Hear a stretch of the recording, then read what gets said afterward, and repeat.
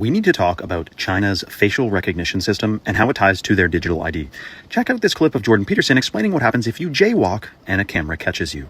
If you have digitally verified ID, then you run into the problems of digitally verified ID, and they're running down that road in China now. So in China, for example, God, this is going to happen here, I think, too, although maybe people will fight it.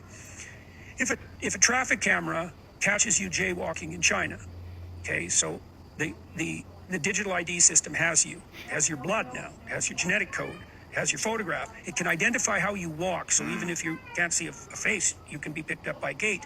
It will convict you of jaywalking and take money out of your bank account with no intermediating judiciary at all, and show a picture of you to the people in the neighborhood so they know that you have jaywalked, and reduce your social credit score.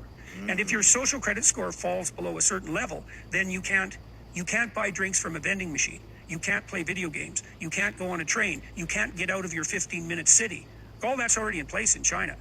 5 years ago, this article came out. Chinese city with 2.6 million cameras is world's most heavily surveilled.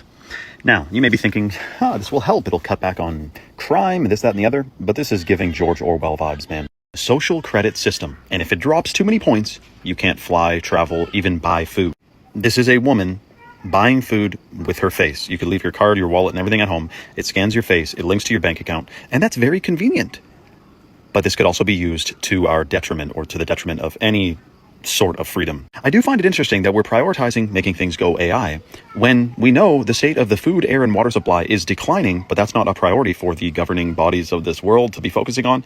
Instead, it's about surveillance and AI. And then the sketchy part as well is that we are dependent largely on China for goods and things, and anything that you're dependent on has control over you. So, for example, China manufactures a ton of the pharmaceuticals for the United States and Canada. If they stopped, that is a bargaining chip they got. If they stopped sending pharmaceuticals over, that would be shocking. You can imagine the ramifications. And in places like Australia, where 30% of their GDP comes from China, and they had some of the craziest lockdown situation there during Schmovid-19, people are wondering if being dependent on a communist kind of place could result in it spreading to your country. And that's what they say, It never stays. Communism never stays in one spot. It always tries to spread. That's the nature of it. It's not easily contained. So we just all need to say no to this, and then we should be all right. But we really